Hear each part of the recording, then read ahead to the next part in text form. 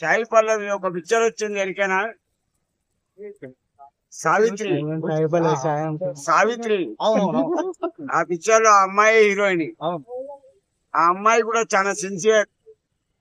ఆ picture 100 days నడుస్తుంది బాబాయ్. ఒకవేళ నడవలేదు అనుకో నేను ఇక్కడికి రానిగా మళ్ళా పార్క్ కాడికి రాను. నడిచిన తాత పార్క్ రాడు. ఒకటి బాగినండి, గేమ్ చేంజర్ సినిమా వచ్చే రేపు వస్తుంది అనగానే అన్న ఫ్లాప్ అని. ఫ్లాప్ అన్నా కారణం ఏమని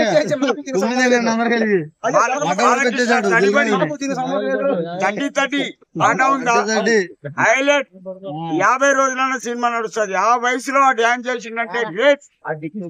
అంటే ఏంటంటే ఏ సినిమా అన్నా రిలీజ్ కు ముందే చెప్పేస్తాడు ఇక్కడ ఆ సినిమా ఉండాలా పోవాలా, ఆ మనిషి ఎన్ని రోజులు బతుకుతాడు, ఓడి ముందు ఏమవుతాడు, ఓడి సస్తాడా బతాడా, ఓడి ఎన్ని కోట్లు అవన్నీ కూర్చే తర్వాత ముందుగానే గెస్ట్ చేసి అవగాహన చేసి అర్థం చేసుకుని మనం చెప్తాం. అది మీరు అర్థం చేసుకోవాలి.